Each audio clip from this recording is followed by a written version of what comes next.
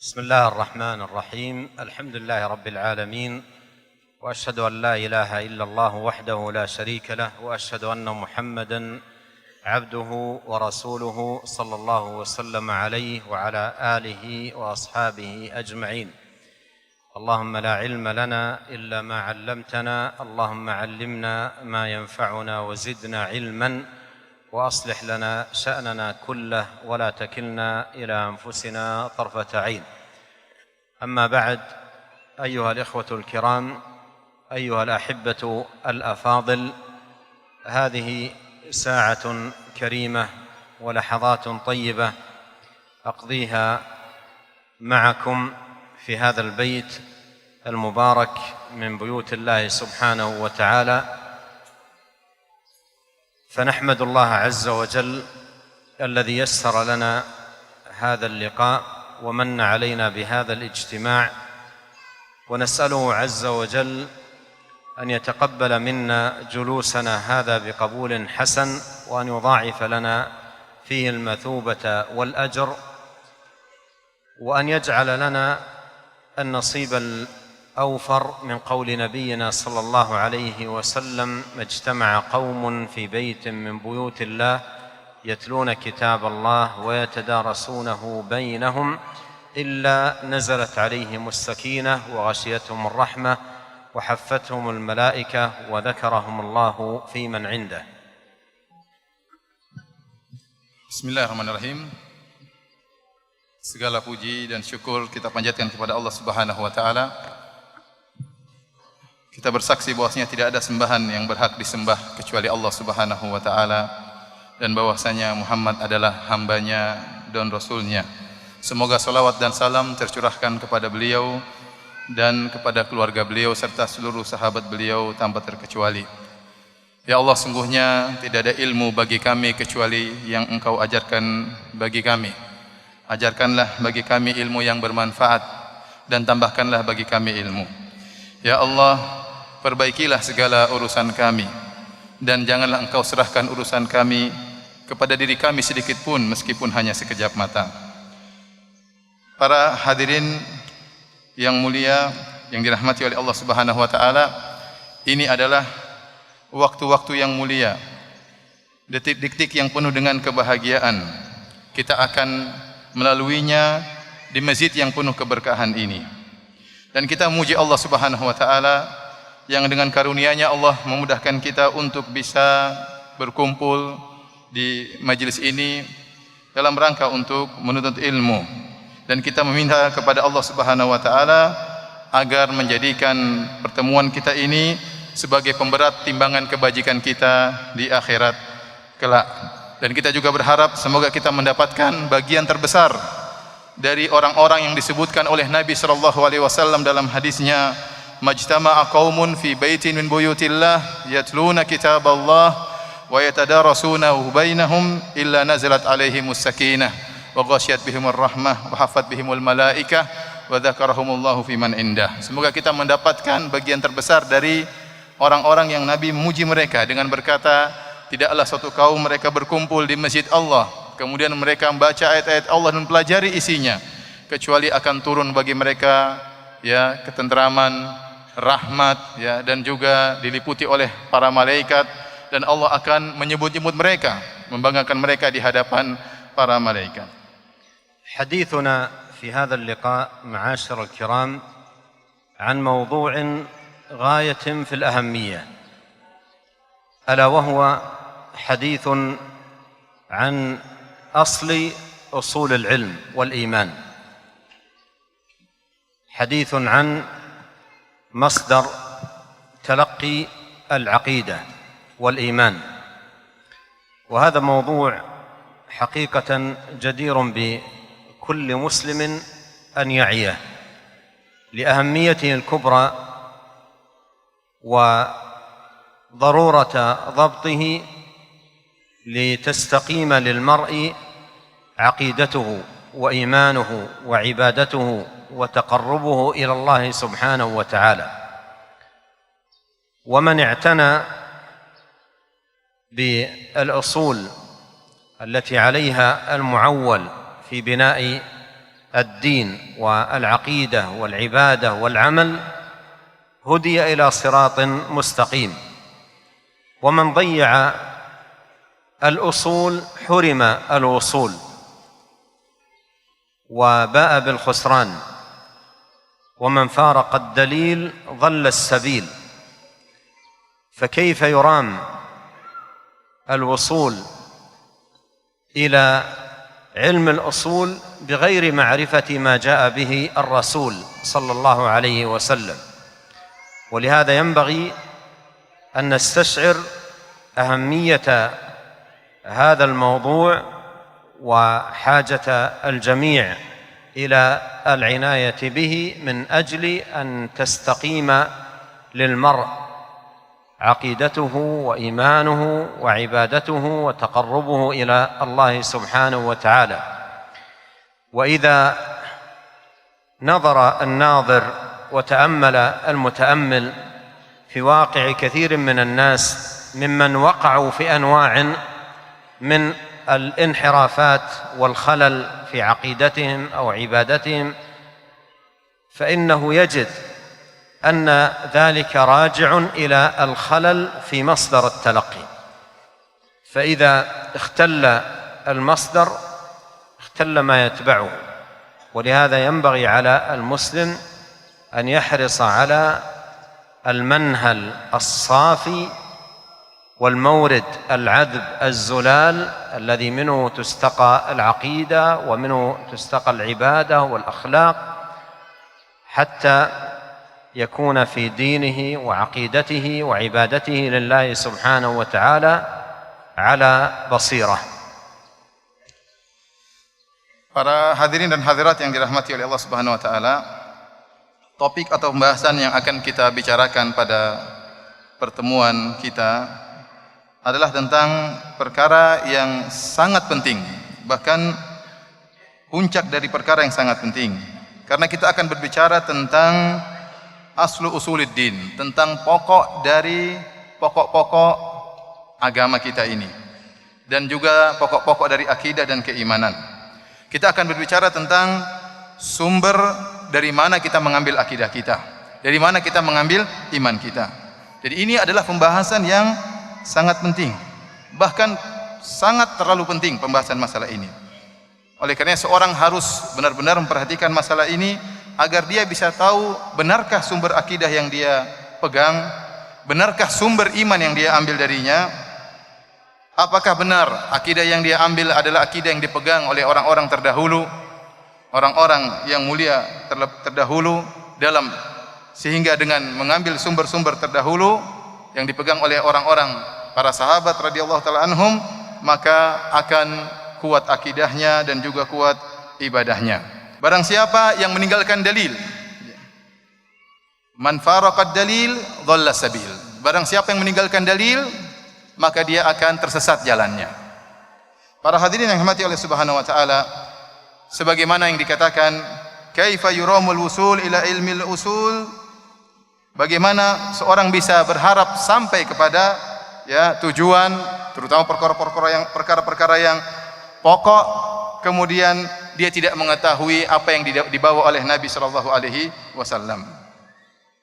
Seorang berusaha untuk menghadirkan dalam hatinya tentang pentingnya pembahasan ini, bahwasanya kita semua butuh untuk mengerti apa sumber akidah dan sumber iman kita.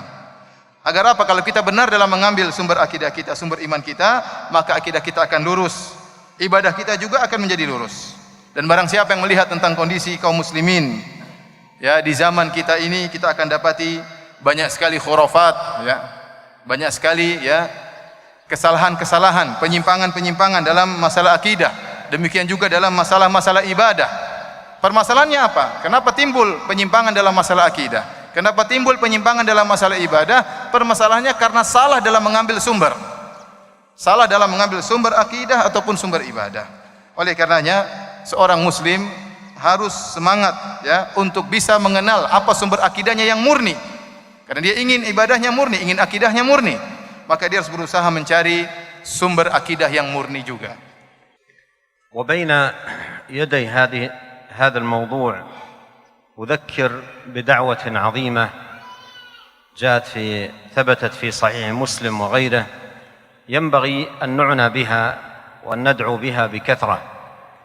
فإن عليا رضي الله عنه قال: قلت يا رسول الله علمني دعاء أدعو الله به، فقال: قل اللهم اهدني وسددني. وفي رواية: اللهم إني أسألك الهدى والسداد. قال: واذكر بالهداية هداية الطريق، وبالسداد سداد القوس. والحاصل أن المسلم ينبغي أن يحرص في حياته كلها على الهدى والسداد، فيلح على الله في دعائه وسؤاله وطلبه أن يهديه، لأن الهداية بيد الله والسداد والتوفيق بيده جل في علاه. ثم يجاهد نفسه على تحصيل الهدى من طريقه ونيله من أبوابه، لا أن يذهب المذاهب المختلفة والطرائق المتباينة ثم يطلب في الوقت نفسه الهدى وقد ضيع طريقه. أعني أن من أراد الهدى والسداد عليه أن يدعو ربه كثيرا أن يهديه وأن يسدده، وأن يلزم أيضا في الوقت نفسه طريق السداد مجاهدا نفسه على ذلك. وتأمل في هذا قول الله سبحانه وتعالى: قد جاءكم من الله نور وكتاب مبين يهدي به الله من اتبع رضوانه سبل السلام ويخرجهم من الظلمات إلى النور بإذنه ويهديهم إلى صراط مستقيم. فهذا شأن وحي الله سبحانه وتعالى نزل فيه الهداية، ولا هداية إلا بوحي الله. لا يمكن أن تنال هداية إلا بوحي الله سبحانه وتعالى المنزل. ولهذا قال الله عز وجل: إن هذا القرآن يهدي للتي هي أقوم. فمن أراد الهداية فليهتدي بالقرآن وليطلب هدايته بوحي الرحمن الذي نزله هداية للعباد ونورا للعالمين ومخرجا للناس من الظلمات إلى النور بإذن الله سبحانه وتعالى وهاديا إلى صراط الله المستقيم. Selanjutnya Syekh mengingatkan kepada kita semua tentang pentingnya berdoa kepada Allah Subhanahu wa taala. Sebagaimana disebutkan dalam riwayat, Ali bin Abi Thalib radhiyallahu taala anhu pernah minta doa kepada Nabi sallallahu alaihi wasallam, "Ya Rasulullah, ajarkanlah aku doa." Maka apa kata Nabi sallallahu alaihi wasallam? Mengajarkan doa kepada beliau, "Allahumma hdini wa saddidni." Artinya, ya Allah, berilah petunjuk kepadaku dan luruskanlah aku. Dalam riwayat yang lain, Nabi mengajarkan kepada Ali bin Abi Thalib untuk berdoa, Allahumma inni as'alukal huda was sadad. Maknanya sama.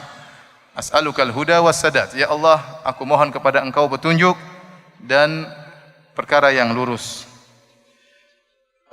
Intinya para hadirin dan hadirat yang dirahmati oleh Subhanahu wa taala, perkara doa adalah perkara yang sangat penting. Seorang untuk bisa mendapatkan jalan yang lurus, dia hendaknya minta kepada Allah dan merengek-rengek untuk minta kepada Allah Subhanahu wa taala. Kenapa? Karena hidayah di tangan Allah Subhanahu wa taala. Seorang tidak bisa lurus kecuali kalau Allah yang meluruskannya. Seorang tidak bisa dapat hidayah kecuali Allah yang beri hidayah kepadanya. Setelah dia minta kepada Allah dengan doa, dengan penuh merengek-rengek minta kepada Allah Subhanahu wa taala untuk dapat hidayah, maka setelah itu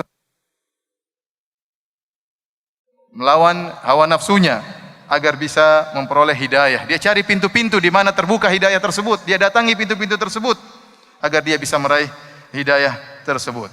Perhatikan firman Allah Subhanahu wa taala. Allah berfirman, "Qad ja'akum minallahi nurun wa kitabum mubin." Sungguh telah datang kepada kalian dari Allah, apa yang datang dari Allah? Nurun wa kitabum mubin, yaitu cahaya dan kitab, yaitu Al-Qur'an yang jelas. Yahdi bihillahu man ittaba'a ridwanahu subulas salam. Kata Allah Subhanahu wa taala, dengan Al-Qur'an tersebut maka Allah beri hidayah kepada orang-orang yang mencari keridhaan Allah Subhanahu wa taala. Allah bukakan bagi mereka subulas salam, jalan-jalan keselamatan. wa yukhrijuhum minadh-dhulumati ilan nuri biiznih. Lalu Allah keluarkan mereka dari adh-dhulumat, dari kegelapan menuju jalan yang terang benderang, menuju cahaya dengan izin Allah Subhanahu wa taala, wa yahdihim ila siratim mustaqim. Kemudian Allah beri petunjuk kepada mereka ke jalan yang lurus. Perhatikanlah ayat ini bagaimana Allah Subhanahu wa taala jelaskan bahwasanya petunjuk, kebenaran, hidayah datang dari Allah Subhanahu wa taala. Allah lah yang akan mengeluarkan manusia dari zulumat, dari kegelapan menuju cahaya yang terang benderang. Allah yang beri hidayah kepada mereka. Allah yang buka pintu-pintu jalan keselamatan bagi mereka. Ini semakin menekankan kepada kita agar kita benar-benar meminta hidayah ya kepada Allah Subhanahu wa taala, karena tidak ada yang bisa berikan kita hidayah. Kita tidak mungkin bisa lurus, kita tidak mungkin bisa selamat kecuali dari Allah Subhanahu wa taala. وتأمل أخي الموفق في هذا الباب قول الله سبحانه وتعالى في أواخر سورة الشورى: وكذلك أوحينا إليك روحا من أمرنا ما كنت تدري ما الكتاب ولا الإيمان ولكن جعلناه نورا نهدي به من نشاء من عبادنا وإنك لتهدي إلى صراط مستقيم صراط الله الذي له ما في السماوات وما في الأرض ألا إلى الله تصير الأمور. ففي هذه الآيات يقول الله عز وجل لنبيه ومصطفاه: ما كنت تدري ما الكتاب ولا الإيمان ولكن جعلناه نورا نهدي به من نشاء من عبادنا. فالهداية إلى الحق وبلوغ الصواب والسداد في القول والعمل لا يمكن أن ينال إلا بالتعويل على الوحي، كلام الله عز وجل وكلام رسوله صلى الله عليه وسلم، بحيث إذا قال المرء في باب الاعتقاد نعتقد كذا، يقول لقول الله كذا ولقول رسوله صلى الله عليه وسلم كذا، فتكون حجته وعمدته في عقيدته وديانته كلام الله وكلام رسوله صلوات الله وسلامه عليه، إذ هو العلم وهو النور وهو الضياء وهو الصراط المستقيم الذي رضيه الله سبحانه وتعالى لعباده ولا يرضى لهم طريقا سواه، وأن هذا صراطي مستقيما فاتبعوه ولا تتبعوا السبل فتفرق بكم عن سبيله ذلكم وصاكم به لعلكم تتقون. Para hadirin yang dirahmati oleh Allah Subhanahu wa taala, beliau mengajak kita semua untuk merenungkan beberapa ayat yang disebutkan di akhir dari surat Asy-Syura ya, karena di situ ada penjelasan yang sangat penting. Insyaallah kita bacakan ayat-ayat tersebut, yang di mana ayat-ayat tersebut ya menjelaskan tentang bahwasanya hidayah di tangan Allah Subhanahu wa taala. Bahwasanya seorang tidak mungkin bisa berakidah kecuali dengan qala Allah wa qala Rasul. Harus dengan firman Allah dan sabda Rasulullah sallallahu alaihi wasallam. Tidak boleh seorang mengatakan akidah saya begini kecuali dia mengatakan karena Allah berfirman atau karena Rasulullah SAW bersabda. Ya. Tidak boleh dia mengatakan akidah saya kemudian tidak menyebutkan dalil, karena akidah tidak bisa kita dapatkan kecuali dari Al-Quran dan Sunnah Nabi SAW. Bahkan Nabi SAW ya juga diajarkan akidah oleh Allah Subhanahu Wa Taala. Allah Subhanahu Wa Taala berfirman dalam surat Asy-Syura ayat 52. Wa kadzalika auhayna ilaika ruham min amrina. Dan demikianlah kami wahyukan kepada engkau ruham min amrina, yaitu Al-Qur'an dengan perintah kami. Ma kunta tadri mal kitabu walal iman. Sungguhnya kau dahulunya tidak tahu apa itu Alkitab dan apa itu al-iman. Di sini saya tadi menjelaskan. Allah berkata kepada Nabi sallallahu alaihi wasallam, "Ma kunta tadri mal kitab walal iman." Engkau wahai Muhammad SAW, kau dahulunya tidak tahu apa itu Al-Quran, apa itu iman. Ini menunjukkan Nabi pun harus mengambil akidah dari ajaran Allah Subhanahu Wa Taala. Walakin ja'alnahu nuran nahdi bihi man nasya. Akan tetapi kami menjadikan Al-Quran itu sebagai cahaya, kami beri petunjuk kepada siapa yang kami kehendaki. wa innaka latahdi ila siratim mustaqim. Kemudian di akhir ayat kata Allah, sungguhnya engkau wahai Rasulullah sallallahu alaihi wasallam sungguh-sungguh memberi petunjuk kepada jalan yang lurus. Siratillahi alladzi lahu ma fis samawati wa fil ard. Jalan Allah yang telah sebagai pemilik apa yang ada di langit dan apa yang ada di bumi. Ala ilallahi tasirul umur. Dan ingatlah kepada Allah lah kembali semua urusan. Kita perhatikan ayat-ayat tadi, ternyata masalah akidah harus kita ambil dengan dalil Al-Quran atau dengan dalil sunnah Nabi SAW. Bahkan Nabi SAW sendiri dahulunya tidak tahu tentang akidah, dahulunya tidak tahu tentang iman. Allah mengajarkan kepada Rasulullah SAW. Kemudian di akhir ayat kata Allah, wa innaka latahdi ila siratim mustaqim. Sungguhnya engkau adalah pemberi petunjuk kepada jalan yang lurus. Ini dalil, tidak boleh kita mengatakan akidah saya begini, kecuali kita mengatakan karena Allah berfirman demikian. Tidak boleh kita mengatakan saya yakin ini, saya percaya ini. Harus ada dalil. Saya percaya begini, saya yakin ini. Kenapa? Karena Allah berfirman, karena Rasulullah sallallahu alaihi wasallam bersabda, ya. Sehingga dengan demikian kita bisa mengikuti jalan Allah Subhanahu wa taala. Wa anna hadhi sirati mustaqiman fattabi'uhu wa la tattabi'us subula fatafarraqu bikum an sabilih. Kata Allah Subhanahu wa taala, ketahuilah ini jalanku, maka ikutilah, ya. Jangan kalian keluar dari jalan tersebut. Kenapa kalian akan tersesat? ولنتأمل أيضا في هذا قصة مجيء وفد عبد القيس إلى النبي عليه الصلاة والسلام، والحديث في الصحيحين من حديث ابن عباس رضي الله عنهما. وفي هذا الحديث قال النبي صلى الله عليه وسلم لهم: آمركم بالإيمان بالله، أتدرون ما الإيمان بالله؟ فماذا كان جواب هذا الوفد المبارك رضي الله عنهم وأرضاهم؟ قال: أتدرون ما الإيمان بالله؟ قالوا: الله ورسوله أعلم. قالوا: الله ورسوله أعلم. وهذا يؤكد لنا مسألة نحتاج كثيرا أو يحتاج الناس كثيرا إلى أن يعوها، وهي أن الإيمان والدين والعقيدة تعرف من جهة الكتاب والسنة. قالوا: الله ورسوله أعلم، يعني لا يمكن أن تعرف إلا من جهة الوحي، من جهة كلام الله وكلام رسوله صلى الله عليه وسلم. لا مجال لمعرفتها من أي طريق آخر إلا من طريق الوحي.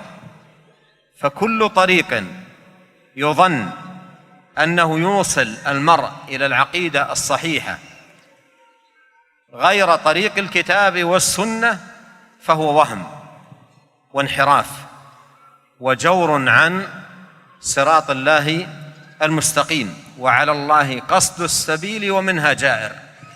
فالطريق المستقيم بالاعتقاد الصحيح والدين القويم الذي رضيه الله سبحانه وتعالى لعباده ولا يرضى لهم دينا سواه لا يكون إلا من خلال الوحي، كلام الله وكلام رسوله عليه الصلاة wassalam. Para hadirin yang dirahmati Allah Subhanahu wa taala, perhatikanlah sebuah kisah yang pernah datang dalam Sahih Al-Bukhari dan juga dalam Sahih Muslim, diriwayatkan dari sahabat Ibnu Abbas radhiyallahu taala anhuma, tentang kisah wafdu Abdi Qais, utusan Abdi Qais yang datang menemui Nabi sallallahu alaihi wasallam. Tatkala mereka datang menemui Nabi sallallahu alaihi wasallam, maka Rasulullah SAW berkata kepada mereka, "Amurukum bil imani billah." Aku perintahkan kepada kalian untuk beriman kepada Allah. Jadi Rasulullah SAW perintahkan mereka untuk beriman kepada Allah Subhanahu wa taala. Setelah itu Rasulullah SAW bertanya kepada mereka, "Atadruna mal imanu billahi wahdah?" Tahukah kalian apa itu beriman kepada Allah yang Maha Esa semata? Ya. Apa jawaban mereka? Sekarang Rasulullah SAW tanya kepada mereka, kepada para sahabat, "Kalian tahukah apa itu beriman kepada Allah?" Jawaban mereka, "Allahu wa rasuluhu a'lam." Allah dan Rasulnya yang mengetahui. Ini harus kita sadar, karena kisah ini menjelaskan bahwasanya para sahabat tidak mungkin mengetahui tentang iman, tidak mungkin mengetahui tentang akidah, tentang agama, kecuali melalui jalan Allah dan Rasulnya. Waktu mereka ditanya, tahukah kalian apa itu iman? Kata mereka, Allahu wa rasuluhu a'lam. Allah dan Rasulnya yang lebih mengetahui. Ya, agar kita sadar bahwasanya tidak mungkin kita bisa memperoleh akidah, Tidak mungkin kita bisa memperoleh iman kecuali melalui jalur Al-Quran dan Sunnah Nabi Sallallahu Alaihi Wasallam. Tidak ada jalan, ya, tidak ada celah untuk bisa memahami akidah dan iman kecuali dengan wahyu. Kecuali dengan wahyu. Seluruh jalan yang disangka oleh orang-orang bisa mengantarkan kepada keimanan dan akidah, namun ternyata bukan jalan Allah dan jalan Rasulnya, maka itu hanyalah persangkaan. Itu adalah penyimpangan. Ingat perkataan Syekh, beliau mengatakan seluruh jalan yang disangka oleh manusia bisa mengantarkan kepada akidah dan iman tanpa melalui Al-Quran dan Sunnah, itu semua jalan kesesatan, itu semua jalan penyimpangan, itu hanya waham, hanya persangkaan, hanya dugaan, namun tidak benar. Tidak ada jalan lain untuk memperoleh akidah dan iman kecuali melalui jalan Al-Quran dan Sunnah. Oleh karenanya agama Al-Qawim, Dinul Qawim, agama yang lurus, yang diridhoi oleh Allah Subhanahu wa taala hanyalah agama yang diambil dari jalan Al-Qur'an dan sunnah Nabi sallallahu alaihi wasallam. يقول الله عز وجل: اليوم أكملت لكم دينكم وأتممت عليكم نعمتي ورضيت لكم الإسلام دينا. كان الوحي ينزل على نبينا عليه الصلاة والسلام حكما تلو حكم، فريضة تلو فريضة، عملا تلو عمل. إنما تعرف أحكام الله وشرائعه وتفاصيل دينه بالوحي، فكانت تنزل آيات الله عز وجل بالأحكام والشرائع والأعمال حكما تلو حكم إلى أن كمل بالدين بوحي الله رب العالمين. فنزلت هذه الآية: اليوم أكملت لكم دينكم وأتممت عليكم نعمتي ورضيت لكم الإسلام دينا. مات بعدها عليه الصلاة والسلام ب80 أو 83 سنة ولم ينزل بعدها من آيات الأحكام شيء، لأن دين الله سبحانه وتعالى كمل وتم تماما لا نقص فيه. ومن أراد أن يزيد في الكامل فزيادته نقصان. من أراد أن يزيد في الكامل زيادته فيه نقصان، لأن الكامل لا يزاد عليه. ولهذا يجب أن يعلم في هذا الباب أن دين الله كامل، وأن مصدره كتاب الله وسنة نبيه عليه الصلاة والسلام، وليحذر ما سوى ذلك. ولهذا قال الإمام مالك رحمه الله كلمة قوية في هذا الباب، قال: من قال في الدين بدعة حسنة فقد زعم أن محمدا صلى الله عليه وسلم خان الرسالة، لأن الله يقول: اليوم أكملت لكم دينكم وأتممت عليكم نعمتي ورضيت لكم الإسلام دينا. فما لم يكن دينا زمن محمد صلى الله عليه وسلم وأصحابه فلن يكون دينا إلى قيام الساعة، ولن يصلح آخر هذه الأمة إلا بما صلح به أولها. Para hadirin dan hadirat yang dirahmati oleh Allah Subhanahu wa taala, Allah telah berfirman menjelaskan tentang sempurnanya agama ini. Allah berfirman: "Al-yauma akmaltu lakum dinakum wa atmamtu 'alaikum ni'mati wa raditu lakum al-Islam madina." Pada hari ini aku telah sempurnakan bagi kalian agama kalian, dan aku telah sempurnakan nikmatku bagi kalian, dan aku ridha Islam sebagai agama kalian. Kita tahu bahwasanya wahyu turun kepada Nabi sallallahu alaihi wasallam sedikit demi sedikit, bertahap, tahapan demi tahapan. Datang wahyu menjelaskan tentang amalan tertentu, kemudian amalan berikutnya datang wahyu menjelaskan tentang hukum tertentu, kemudian bertambah lagi hukum berikutnya, bertambah lagi hukum berikutnya, sampai akhirnya hukum-hukum Allah dan syariat-syariat Allah sempurna. Tatkala syariat Allah sudah sempurna, hukum-hukum Allah sudah sempurna, ibadah-ibadah yang Allah ajarkan sudah sempurna, maka turunlah firman Allah ini: "Al-yauma akmaltu lakum dinakum." Maka pada hari ini aku telah sempurnakan bagi kalian agama kalian. Ini jelas bahwasanya agama telah sempurna. Kalau kita sudah tahu bahwasanya agama yang dibawa oleh Rasulullah SAW sudah sempurna, maka tidak boleh kita tambah-tambahin kesempurnaan tersebut. Kalau sudah sempurna kita tambahin, maka tambahan tersebut bukan menyempurnakan tapi mengurangi kesempurnaan. Saya ulangi perkataan beliau, ya.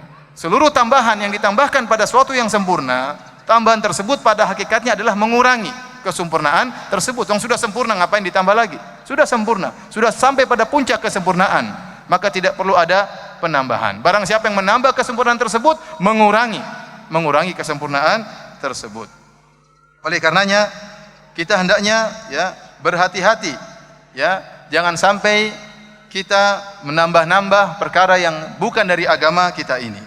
Al-Imam Malik rahimahullahu taala memiliki suatu perkataan yang sangat kuat, perkataan yang sangat hebat tentang masalah ini.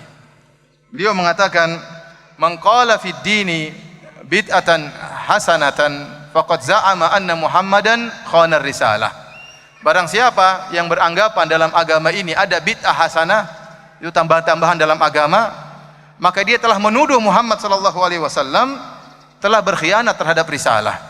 Ya, seakan-akan agama ini belum sempurna, maka kemudian dia tambahkan. Padahal kita tahu Nabi Muhammad tidak berkhianat terhadap risalah. Seluruh risalah Allah sudah dia sampaikan. Nah, kalau dia mau tambah-tambah dengan mengatakan ini bid'ah hasanah, seakan-akan dia menuduh bahwasanya Nabi Muhammad ada yang belum disampaikan oleh Rasulullah SAW. Berarti Rasulullah SAW berkhianat terhadap risalah. Kenapa? Karena Allah telah berfirman, "Al-yauma akmaltu lakum dinakum." Pada hari ini telah aku sempurnakan agama bagi kalian. Ya, kemudian kata Al-Imam Malik rahimahullahu taala, "Faman lam yakun yauma idzin dinan falan yakuna al-yauma dina." Ingat perkataan ini sangat indah. Kata beliau, perkara apa saja yang di zaman Nabi Muhammad sallallahu alaihi wasallam bukanlah suatu agama, bukan perkara agama, maka hari ini juga bukan agama. Sampai hari kiamat bukan agama. Tidak mungkin ada suatu perkara di zaman Nabi itu bukan agama, kok sekarang jadi agama? Enggak mungkin, kata Imam Malik. Apa yang di zaman Nabi sallallahu alaihi wasallam dan para sahabatnya bukan agama, maka tidak boleh jadi agama sekarang dan tidak boleh jadi agama sampai hari kiamat kelak. Dan tidak akan bagus umat ini illa bima saluha awaluha, kecuali dengan apa yang perbaiki umat terdahulu. Kita tidak mungkin mencapai kejayaan, kita tidak mungkin mencapai kebaikan kecuali dengan apa yang ditempuh oleh para sahabat Nabi sallallahu alaihi wasallam. وقد أقسم الله عز وجل في القرآن الكريم بنفسه الكريمة سبحانه وتعالى على أن إيمان المرء لا يتحقق ما لم يكن محكما للرسول عليه الصلاة والسلام معولا على ما جاء به فلا وربك لا يؤمنون حتى يحكموك فيما شجر بينهم ولا يكفي هذا ثم لا يجدوا في أنفسهم حرجا مما قضيت ويسلموا تسليما. Allah Subhanahu wa taala telah bersumpah dalam Al-Qur'an, dan sumpah ini bahkan Allah bersumpah dengan dirinya sendiri. Ya, Allah ingin menekankan bahwasanya iman tidak mungkin diraih oleh seorang kecuali dia berhukum dengan hukum Rasulullah sallallahu alaihi wasallam. Allah Subhanahu wa taala berfirman, "Fala wa rabbika la yu'minuna hatta yuhakkimuka fima shajara bainahum, thumma la yajidu fi anfusihim harajan mimma qadait wa yusallimu taslima." Yang artinya kata Allah, demi Rabbmu, Allah bersumpah dengan dirinya sendiri, menunjukkan akan pentingnya perkara ini. Demi Rabbmu, la yu'minun, sungguhnya mereka tidak akan beriman, hatta yuhakkimuk, sampai mereka menjadikan engkau hakim, keputusan berada di tanganmu, fima syajara bainahum, pada perkara-perkara yang mereka perselisihkan. Ya, bukan cuma itu saja, Allah tidak berhenti sampai di situ. Kita menjadikan Rasulullah SAW sebagai hakim, sebagai pengambil keputusan, bukan cuma di situ. Kemudian kata Allah Subhanahu wa taala menyebutkan syarat yang lain, "Tsumma la yajidu fi anfusihim harajan mimma qadait." Kemudian mereka tidak menemukan dalam hati mereka ya ketidaksukaan. Ya, mereka terima dengan seluruh apa yang diputuskan oleh Nabi sallallahu alaihi wasallam, wa yusallimu taslima, dan mereka pasrah dengan apa yang menjadi keputusan Rasulullah sallallahu alaihi wasallam.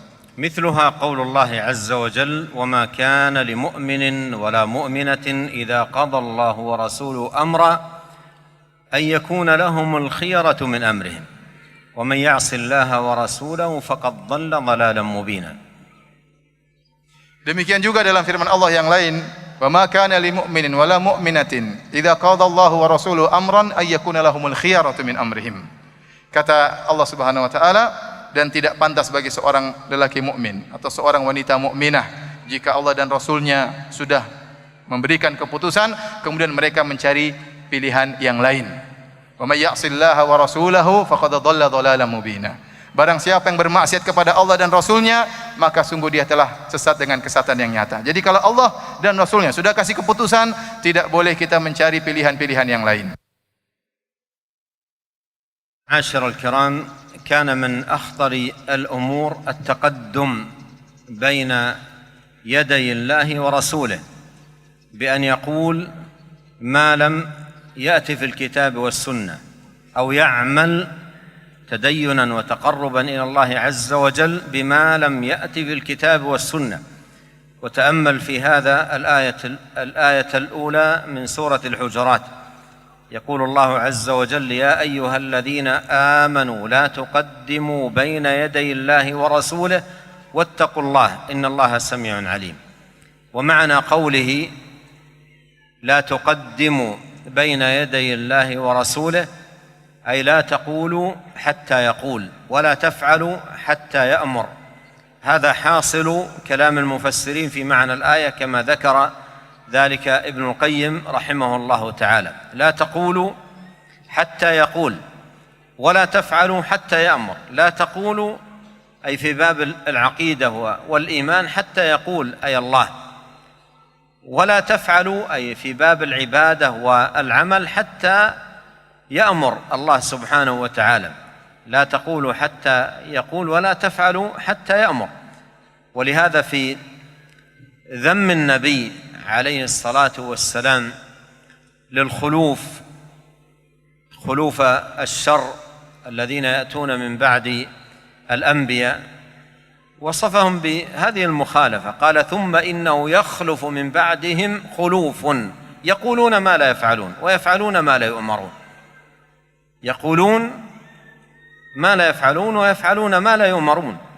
ولهذا يجب على المسلم أن يكون ضابطا نفسه تماما في أقواله وأعماله، في علمه وعمله، في عقيدته وعبادته، ضابطا نفسه بكتاب الله عز وجل وسنة نبيه صلى الله عليه وسلم. ومن يعتصم بالله فقد هدي إلى صراط مستقيم. Karenanya para hadirin dan hadirat yang dirahmati oleh Allah Subhanahu wa taala, di antara perkara yang sangat berbahaya adalah mendahului Allah dan Rasulnya dalam masalah agama, dalam masalah akidah maupun dalam masalah ibadah. Itu seorang berani berbicara tentang masalah agama apa yang tidak diucapkan oleh Allah dan Rasulnya, yang tidak terdapat dalam Al-Quran dan maupun sunnah Nabi Sallallahu Alaihi Wasallam. Sengaja membuat akidah sendiri, sengaja membuat ibadah sendiri. Perhatikanlah firman Allah Subhanahu wa taala di awal dari surat Al-Hujurat. Allah Subhanahu wa taala berfirman: Ya ayyuhalladzina amanu la tuqaddimu baina yadayillahi wa rasulihi wattaqullaha innallaha samii'un alim. Yang artinya, wahai orang-orang yang beriman, janganlah kalian mendahului Allah dan Rasulnya. Bertakwalah kalian, sungguhnya Allah Subhanahu wa taala Maha mendengar dan Maha mengetahui. Apa artinya jangan mendahului Allah dan Rasulnya? Kalau kita perhatikan perkataan para ahli tafsir dalam buku-buku tafsir, buka buku-buku tafsir, intisari dari perkataan para al-mufassirin, apa kata mereka? Ai la taqulu hatta yaqul. Janganlah kalian berbicara sampai itu diucapkan oleh Allah ataupun Rasulullah sallallahu alaihi wasallam. Wala taf'al hatta ya'mur. Dan janganlah kalian berbuat sampai Allah yang perintahkan atau Nabi sallallahu alaihi wasallam yang perintahkan. Ini inti dari makna ayat ini, la tuqaddimu. Janganlah kalian mendahului Allah dan Rasulnya. Jangan kita berbicara kecuali setelah ada dalilnya, dan jangan kita beribadah berbuat kecuali setelah ada dalilnya. Apa maksudnya? La taqulu hatta yaqul. Janganlah kalian berbicara, berpendapat sampai ada dalilnya. Kata para ulama, yaitu dalam masalah akidah, dalam masalah iman. Jangan kalian berbicara tentang masalah akidah. Jangan kalian berbicara tentang masalah iman kecuali ada dalilnya. Kemudian apa maknanya? Wala taf'alu hatta ya'mur. Janganlah kalian berbuat sampai diperintahkan. Ini adalah masalah ibadah. Melakukan ibadah apapun, cek dulu ada perintahnya atau tidak. Kalau tidak ada perintahnya, maka jangan lakukan. Barang siapa yang berani berbicara tentang akidah dan iman tanpa dalil, maka dia telah mendahului Allah dan Rasulnya. Barang siapa berani melakukan perbuatan ibadah yang tidak diperintahkan, berarti dia telah mendahului Allah dan Rasulnya. Kembali kita kepada perkataan para ahli tafsir tentang ayat ini. Oleh karenanya, dalam satu hadis Rasulullah SAW mencela orang-orang yang datang belakangan. Dalam hadis Rasulullah SAW menjelaskan, yakhlufu min ba'dihim khulufun yaquluna bima la yaf'alun wa yaf'aluna ma lam yu'maru. Rasulullah SAW mensifati orang-orang tercela tersebut yang akan datang belakangan, kata Nabi, mereka ya berbicara tentang apa yang tidak mereka kerjakan. Jadi pintar ngomong tapi tidak bekerja, tidak berbuat. Kemudian sifat yang kedua, wa yaf'aluna ma la yu'marun. Mereka melakukan sesuatu yang tidak diperintahkan. Jadi akan datang orang-orang dicela oleh Nabi SAW. Ciri mereka, yaf'aluna ma la yu'marun. Mereka mengerjakan perbuatan-perbuatan yang tidak diperintahkan, padahal mereka tidak diperintahkan. Namun mereka melakukan perbuatan-perbuatan tersebut. Yaitu ibadah-ibadah yang baru. Oleh karenanya para hadirin dan hadirat yang dirahmati oleh Allah Subhanahu wa taala, seorang berusaha berpegang teguh dengan Al-Quran dan Sunnah, baik dalam berakidah maupun dalam beramal, beribadah, agar dia jelas bahwasanya akidah dan ibadahnya benar-benar berada di atas Al-Quran dan Sunnah Nabi sallallahu alaihi wasallam. ومن أعظم المحرمات وأكبرها القول على الله بلا علم وأن تقولوا على الله ما لا تعلمون. والمراد بلا علم أي بلا علم بالمصدر والمعول كلام الله وكلام رسوله صلى الله عليه وسلم. فمن قال في شرع الله وفي دينه بلا مستند من كتاب الله وسنة نبيه صلى الله عليه وسلم فهو قائل على الله وفي شرعه بلا علم وقاف ما ليس له به علم. وقد قال الله تبارك وتعالى ولا تقف ما ليس لك به علم إن السمع والبصر والفؤاد كل أولئك كان عنه مسؤولا. Kemudian juga Syekh mengingatkan perkara yang lain. Di antara perkara yang juga berbahaya yang Allah ingatkan dalam Al-Quran, yang ini merupakan a'zamul muharramat, perkara yang sangat haram, adalah al-qaul 'ala Allah bila ilm, berbicara ya tentang agama Allah tanpa ilmu. Ini sangat diharamkan dalam Al-Quran. Makanya dalam ayat Allah sering berkata, wa antaqulu 'ala Allahi ma la ta'lamun. Dan engkau berbicara tentang Allah, tentang agama Allah, apa yang kalian tidak ketahui, apa yang kalian tidak punya ilmu tentangnya.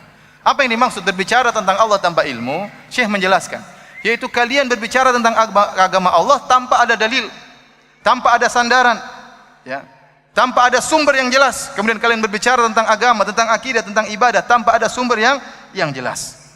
Inilah yang disebut dengan berbicara tentang Allah tanpa ilmu. Berbicara tentang agama Allah, tentang akidah, tentang keimanan, tentang ibadah tanpa dalil. Ini berani berbicara tanpa ilmu. Oleh karenanya barang siapa yang berbicara tentang syariat Allah, tentang agama Allah tanpa sandaran yang jelas, tanpa dalil dari Al-Quran maupun dari Sunnah Nabi SAW, maka dia adalah seorang yang berbicara tentang Allah tanpa ilmu. Dan ini perkara yang sangat diharamkan dalam syariat. Dan dia mengikuti perkara yang dia tidak punya ilmu tentangnya. Kata Allah Subhanahu wa taala, "Wala taqfu ma laisa laka bi ilm. Inna sam'a wal basara wal fuada kullu ulaika kana anhu mas'ula." Kata Allah, janganlah kalian mengikuti apa yang kalian tidak punya ilmu tentangnya. Jangan diikuti. Kalau enggak ada dalil, jangan diikuti. Kalau Anda nekat mengikuti apa yang tidak ada dalilnya, ingat, ada tanggung jawabnya di akhirat. Kata Allah, "Inna sam'a wal basara wal fuada." Pendengaran, penglihatan dan hati akan dimintai pertanggungjawaban oleh Allah Subhanahu wa taala. Jadi jangan sembarang ikut. Salah ikut akan diminta pertanggungjawaban oleh Allah Subhanahu wa taala. Salah ikut terjerumus dalam al-qaul 'ala Allah bila ilm, berbicara tentang Allah tanpa ilmu, dan dia adalah a'zamul muharramat, perkara yang sangat diharamkan oleh Allah. وقد كان نبينا عليه الصلاة والسلام يؤكد على هذا الأمر تأكيدا متكررا في خطبه ومواعظه ونصائحه صلوات الله وسلامه وبركاته عليه. وكان إذا خطب الناس قال: أما بعد فإن أصدق الحديث كلام الله وخير الهدى هدى محمد صلى الله عليه وسلم وشر الأمور محدثاتها وكل محدثة بدعة وكل بدعة ضلالة. فيؤكد في هذا على المصدر الصحيح كتاب الله وسنة نبيه عليه الصلاة والسلام، ويحذر من المصادر المختلفة المتنوعة التي تبعد الناس عن الحق وعن الهدى بقوله: وإياكم ومحدثات الأمور أيا كانت طريقة هذا الإحداث بأي وسيلة أو أسلوب أو طريقة، فاحذروا من ذلك كله، والزموا الحق والهدى الذي بين في كتاب الله عز وجل وسنة رسوله صلوات الله وسلامه عليه. Dan Nabi kita, Nabi Muhammad SAW menegaskan perkara ini. Ya, bahkan beliau sering menegaskan berulang-ulang dalam khutbah-khutbah beliau, dalam nasihat-nasihat beliau, dalam wejangan-wejangan beliau, beliau sering berkata, "Amma ba'du." Kemudian daripada itu, fa inna asdaqal hadithi kitabullah. Sungguhnya perkataan yang paling benar adalah firman Allah Subhanahu wa taala. Wa khairal huda huda Muhammadin sallallahu alaihi wasallam. Sebaik-baik petunjuk adalah petunjuk Muhammad sallallahu alaihi wasallam. Kemudian kata beliau, wa syarrul umuri muhdatsatuha, dan perkara yang paling buruk adalah dalam agama adalah perkara-perkara yang baru. Wa syarrul umuri muhdatsatuha wa kullu muhdatsatin bid'ah, dan setiap perkara yang baru dalam agama adalah bid'ah. Lihat, dalam ini sering diucapkan oleh Nabi, bukan sekali dia ucapkan.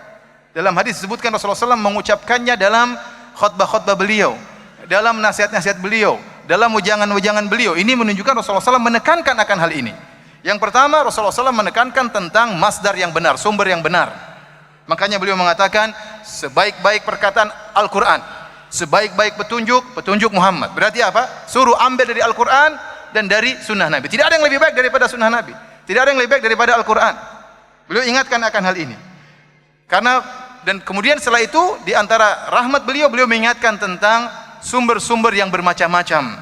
Beliau ingatkan kepada umatnya, jangan mengambil akidah dari sumber yang bermacam-macam, karena sumber-sumber tersebut akan menjauhkan manusia dari kebenaran.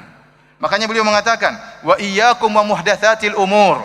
Hati-hatilah kalian terhadap perkara-perkara yang baru dalam agama. Sumber-sumber yang tidak jelas, sumber-sumber yang datang belakangan, bukan sumber yang asli. Rasulullah SAW suruh kita kembali kepada sumber yang asli. Adapun sumber yang datang belakangan, yang tidak jelas, Rasulullah SAW ingatkan, tinggalkan.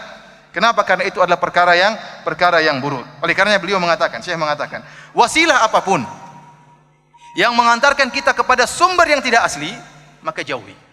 Wasilah apapun, sarana apapun yang mengantarkan kita kepada sumber agama yang tidak asli, bukan Al-Quran dan Sunnah, maka tinggalkanlah. Karena itu tidak mendekatkan kita kepada Allah, tapi semakin menjauhkan kita dari petunjuk dan kebenaran. Dan petunjuk kebenaran tidak mungkin kita dapatkan kecuali dalam Al-Quran dan Sunnah Nabi SAW. وأخبر عليه الصلاة والسلام في حديث آخر أن الاختلاف سيكثر في الأمة ويتعدد، وأن سبب الخلاف البعد عن المصدر الصحيح، كلام الله وكلام رسوله عليه الصلاة والسلام، فبين كثرة الخلاف وبين سببه وبين وسيلة النجاة منه في حديث واحد، حديث العرباض بن سارية رضي الله عنه، فيه قال النبي صلى الله عليه وسلم: إنه من يعش منكم فسيرى اختلافا كثيرا. ما سبب هذا الاختلاف؟ اختلاف المصادر وتباين الموارد الذي يتلقى منها الناس عقائدهم وأديانهم، سيرى اختلافا كثيرا. وكأنه قيل: يا رسول الله، ما المخرج إذا رأينا هذا الاختلاف ووجدنا هذا الاختلاف؟ ما المخرج؟ ما النجاة؟ فأجاب دون أن يسأل عليه الصلاة والسلام، قال: فعليكم بسنتي وسنة الخلفاء الراشدين المهديين من بعدي، تمسكوا بها وعضوا عليها بالنواجذ، وإياكم محدثات الأمور، فإن كل محدثة بدعة وكل بدعة ضلالة. وفي حديث الافتراق المشهور قال عليه الصلاة والسلام: وستفترق هذه الأمة، بعد أن أخبر عن افتراق اليهود وافتراق النصارى إلى فرق كثيرة، قال: وستفترق هذه الأمة إلى 72 فرقة، قال: كلها في النار، وهذا وعيد، كلها في النار إلا واحدة. قيل: من هم يا رسول الله؟ فماذا كان الجواب؟ قال: من كان على مثل ما أنا عليه اليوم وأصحابي، تنبيها على أهمية إصلاح المصدر والمنبع بأن يكون دين المرء دينا صافيا نقيا متلقى من المعين الزلال والمورد العذب الذي عنه أخذ الصحابة ومنه تلقوا دينهم رضي الله عنهم وأرضاهم، ففي هذا النجاة وفيه السلامة. Kemudian Nabi kita Muhammad sallallahu alaihi wasallam juga telah mengabarkan kepada kita dalam suatu hadis tentang perkara yang berbahaya, itu timbulnya perselisihan yang banyak. Ya, bukan hanya sekedar timbul perselisihan, bahkan perselisihan yang banyak. Kemudian setelah Rasulullah SAW menjelaskan akan banyaknya perselisihan yang akan timbul, Rasulullah SAW juga menjelaskan apa sih sebabnya timbul khilaf tersebut. Bukan cuma menjelaskan tentang sebab khilaf tersebut, bahkan Rasulullah SAW menjelaskan bagaimana jalan keluar dalam menghadapi khilaf-khilaf tersebut. Dalam hadis yang sahih yang diriwayatkan dari sahabat Irbad bin Sariyah radhiyallahu taala anhu, bahwasanya Rasulullah SAW bersabda, "Fa innahu may ya'ish minkum fasayara ikhtilafan katsira." Sungguhnya barang siapa yang akan hidup setelahku, dia akan melihat ikhtilafan katsira, banyak sekali perselisihan. Banyak sekali perselisihan. Apa sebabnya perselisihan tersebut? Tidak lain sebabnya karena perbedaan sumber. Perbedaan sumber dalam mengambil akidah, dalam mengambil ibadah, perbedaan dalam sumber dalil. Tatkala banyak sumber dalil, maka timbullah banyak perselisihan. Kemudian seakan-akan kalau kita sampai kepada kita hadis ini, tentu kita akan bertanya, ya Rasulullah, kalau begitu mal makhraj? Apa jalan keluarnya? Tetapi Rasulullah SAW bahkan dalam hadis ini Rasulullah SAW memberi solusi sebelum ditanya. Kenapa? Karena sayangnya kepada kita. Jadi beliau menjawab tidak ditanya. Apa solusinya? Seakan-akan Rasulullah tahu bahwasanya orang akan bertanya, Rasulullah, kalau banyak perselisihan apa solusinya? Maka Rasulullah SAW berkata, "Alaikum bisunnati, fa alaikum bisunnati, wa sunnatil khulafa'ir rasyidin al-mahdiyyin min ba'di, 'addu 'alaiha bin nawajib." Kata Nabi SAW, hendaknya kalian pegang teguh sunnahku dan sunnah para khulafa'ir rasyidin, sunnah para sahabat, gigitlah dengan geraham kalian. Ini jalan keluarnya, solusinya. Kemudian ada peringatan lagi, kata Nabi SAW, "Wa iyyakum wa muhdatsatil umur, fa inna kulla muhdatsatin bid'ah." Dan hati-hatilah kalian terhadap perkara-perkara yang baru dalam agama, karena setiap perkara yang baru dalam agama adalah bid'ah. Dan juga dalam hadis tentang iftirakul ummah, tentang hadis perpecahan umat yang masyhur hadis tersebut, setelah Rasulullah SAW menjelaskan bahwasanya orang-orang Yahudi telah terpecah menjadi 71 golongan dan orang-orang Nasara telah terpecah menjadi 72 golongan. Setelah itu Nabi berkata, "Wa sastaftariqu hadhil ummah ala 73 firqah kullaha finnar illa wahidah." Demikian juga umat ini akan terpecah menjadi 73 golongan, semuanya di neraka. Ingat, ini ancaman. Ancaman, hati-hati, jangan masuk dalam perpecahan tersebut, terancam dengan neraka jahanam. Kecuali satu yang selamat. Para sahabat bertanya, "Man hum ya Rasulullah?" Siapa yang selamat tersebut? Maka Rasulullah SAW menjelaskan, "Man kana ala mithli ma ana alaihi al-yawma wa ashabi." Yaitu orang yang berjalan di atas apa yang sedang aku tempuh dan para sahabatku pada hari ini. Ingin selamat? Seakan-akan Nabi berkata, aku dan para sahabatku sedang menempuh jalan. Ikutilah jalan tersebut yang sedang aku tempuh pada hari ini. Di sini Rasulullah SAW menjelaskan tentang murninya sumber agama. Bahwasanya sumber agama yang murni yaitu apa yang ditempuh oleh Nabi, kemudian diambil oleh para sahabat dari sumber aslinya, dari sumber murninya, maka disitulah keselamatan dari berbagai macam perselisihan. هناك كلمة جميلة ونافعة لشيخ الإسلام ابن تيمية رحمه الله تعالى قد قالها في سياق سؤال وجه إليه عن الاعتقاد، فقال رحمه الله تعالى: الاعتقاد ليس لي ولا لمن هو أكبر مني، أي في العلم والمكانة. قال: الاعتقاد ليس لي ولا لمن هو أكبر مني، الاعتقاد لله وللرسول صلى الله عليه وسلم. الاعتقاد ما جاء في القرآن وما جاء في البخاري ومسلم والأحاديث الصحيحة في السنن وغيرها، هذا هو الاعتقاد. Ada suatu perkataan yang sangat indah, yang sangat bermanfaat dari Syekhul Islam Ibn Taimiyah rahimahullahu taala.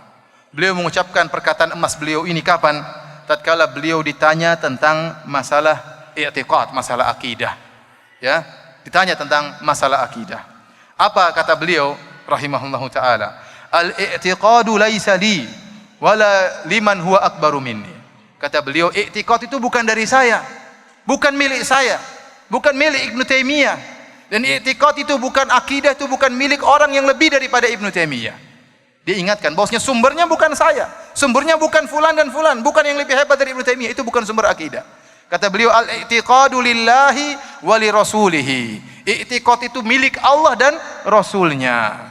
I'tiqad kita ambil bukan dari orang, tapi dari Al-Quran dan Sunnah Nabi SAW. Ya, bukan dari Ibnu Taimiyah, bukan yang lebih dari hebat dari Ibnu Taimiyah. Oleh karenanya i'tiqad, akidah kita ambil dari Al-Quran, dari hadis yang sahih, Sahih Bukhari, Sahih Muslim dan seterusnya. Itulah sumber akidah.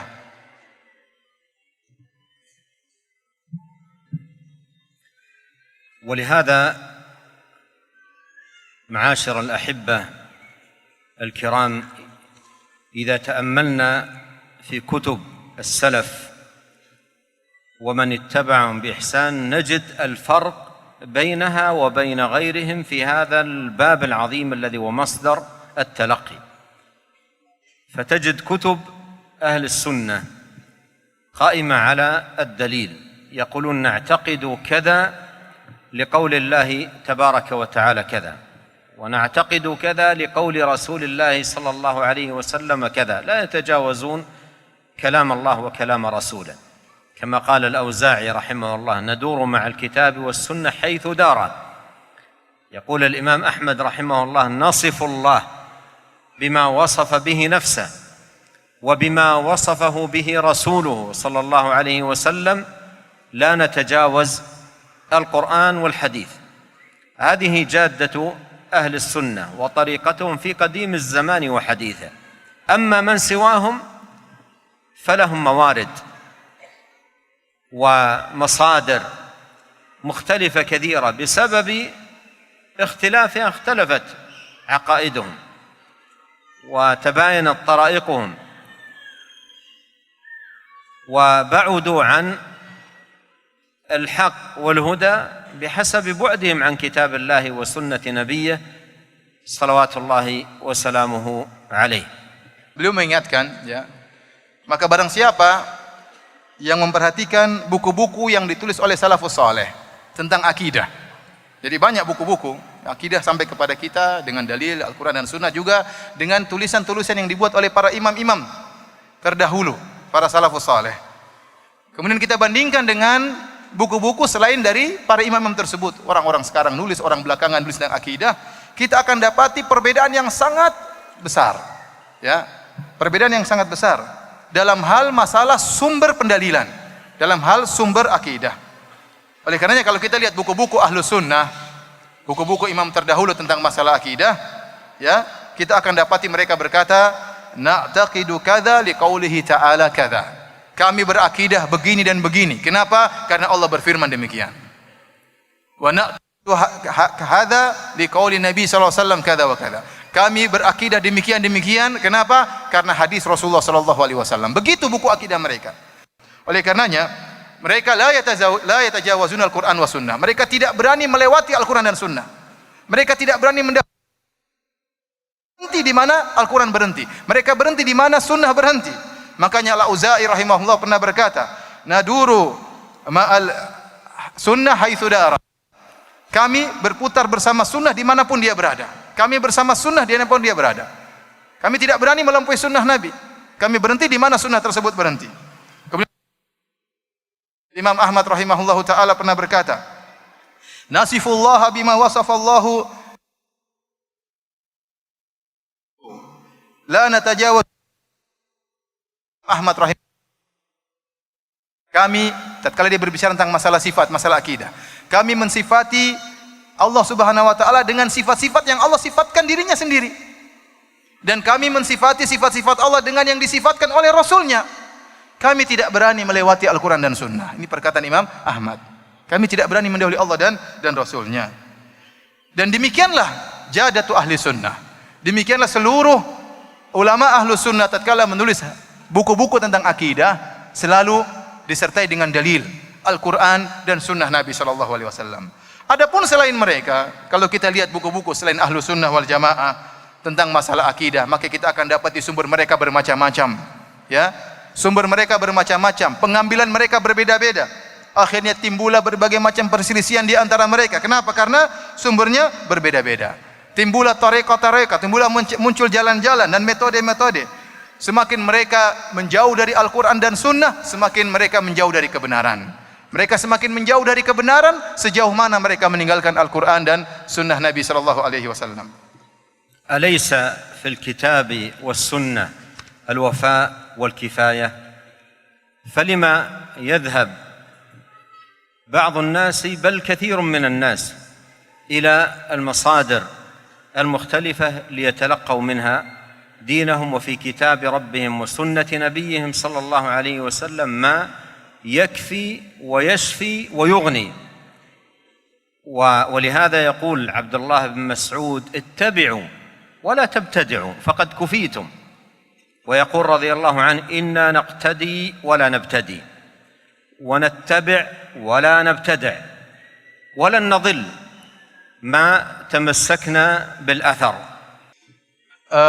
Beliau menjelaskan, bukankah dalam Al-Quran, dalam Alkitab dan sunnah-sunnah Rasulullah SAW sudah mencukupi? Ya. Buat apa kita mencari sumber-sumber yang lain? Ingin berakidah, ingin beribadah, cukup Al-Quran dan Sunnah. Buat apa cari sumber-sumber yang lain? Oleh karenanya banyak orang mencari sumber-sumber akidah mereka, sumber-sumber ibadah mereka. Ternyata Al-Quran dan Sunnah sudah cukup. Sudah cukup. Masih kurang apa lagi? Ya. Oleh karenanya Ibnu Mas'ud radhiyallahu taala anhu ya pernah berkata, ittabi'u wa la tabtadi'u wa qad kufitum. Perkataan yang sangat indah. Kata beliau, ikutilah, tinggal ikut saja. Ikuti Al-Quran dan Sunnah Nabi SAW. Wala tabtadi'u, dan janganlah kalian berbuat perkara-perkara yang baru dalam agama. Faqad kufitum, sudah cukup. Sudah cukup, tidak usah tambah-tambah lagi, sudah cukup. Al-Quran dan Sunnah kifayah, sudah cukup. Kemudian juga beliau berkata, inna na'taqidu wala nabtadi'u. Kami berakidah dan kami tidak memulai. Ya.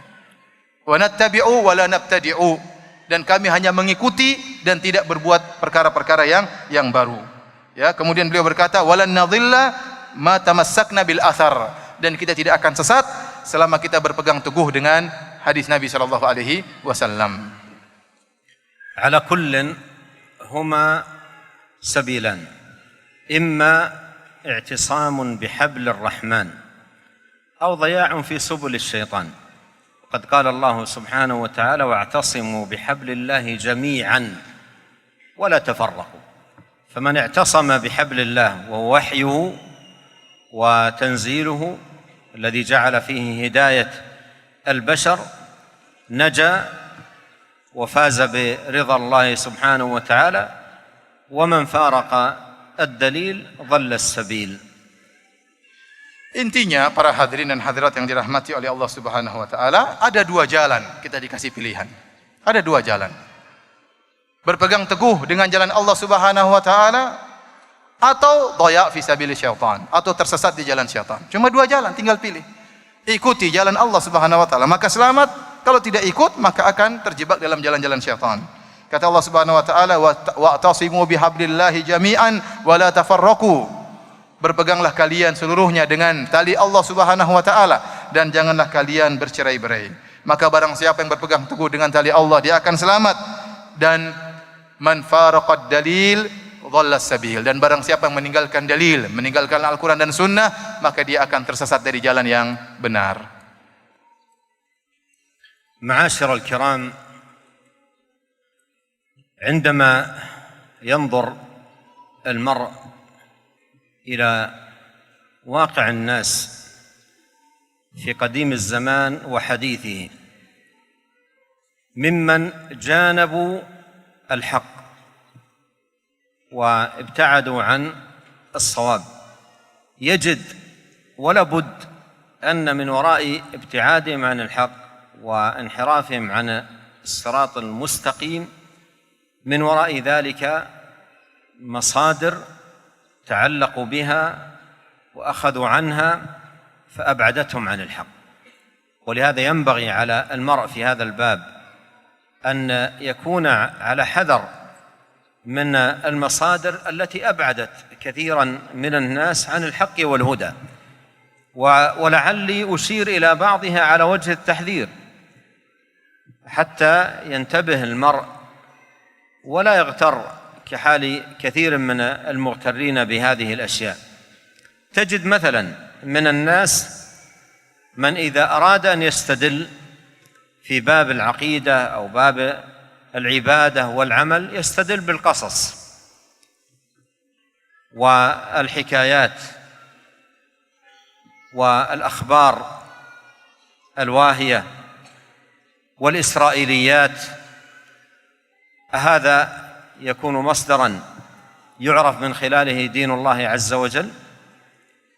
وتعجب بعض الناس يتحدث عن عقيدة أو عمل من أعمال، وإذا أراد أن يستدل ذكر قصة أو ذكر حكاية أو ذكر أشياء من هذه الأخبار.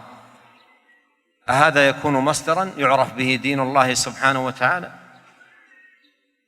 تجد من الناس إذا أراد أن يستدل على العقيدة أو على العبادة يستدل بالتجربة، يقول هذا جربناه، أو يقول هذا مجرب، أو جربه مشايخنا، أو نحو ذلك. وهل كانت التجربة مصدرا يتلقى منه دين الله سبحانه وتعالى؟ إذن ما حال الدين إذا كان المعول عليه التجارب؟ وإذا قال هذا مثلا أنا جربنا كذا، يقول للآخر لا، عندنا تجربة أحسن من تجربتك، ويصبح الناس في تجارب، وبحسب هذه التجارب التي يبنون عليها عقائدهم وأعمالهم يبعدون غاية البعد عن دين الله سبحانه وتعالى. بعض الناس إذا أراد أن يستدل في هذا الباب يستدل بالذوق والوجد والحلاوة المزعومة، يقول نجد لهذا ذوقا، أو نجد لهذا راحة، أو نجد لهذا طعما، أو نحو ذا من الكلام. وهل هذا يعد مصدرا يتلقى منه دين الله سبحانه وتعالى وبه يعرف دين الله عز وجل؟ من الناس من إذا أراد أن يستدل في هذا الباب يستدل بالأحاديث الواهية والمكذوبة على رسول الله صلى الله عليه وسلم، بل تجاسر أناس على أن كذبوا أحاديث على رسول الله صلى الله عليه وسلم وركبوا لها أسانيد محتجين بها على بدعهم الباطلة وأهوائهم وضلالاتهم. من الناس من إذا استدل يستدل بعقله ويعتبر أن العقل هو المعول وأن العقل هو العمدة، يستدل بعقله. وإذا قيل إن الحجة هو العقل يأتي سؤال كبير في هذا الباب: عقل من؟ عقول كثيرة جدا، عقول كثيرة. عقل من إذا قيل أن الحجة العقل؟ يقال عقل من؟ العقول مختلفة. ولو أحيل الناس في الدين على العقل المجرد أحيلوا إلى ضياع، لأن عقول متباينة وآراء مختلفة. ولهذا قال بعض السلف قديما: لو كانت الأهواء هوى واحدا لقيل إنه الحق ولكنها أهواء، والعقول لو كانت عقلا واحدا لقيل إنه الحق، لكنها عقول متباينة ومتعارضة ومتضاربة. حتى العقل الواحد من المفكرين أو نحوهم تجد مرة يصل إلى مثلا قناعة معينة، ثم من بعدها ينتقل إلى قناعة أخرى، وهكذا. ولهذا من خاضوا في هذا الباب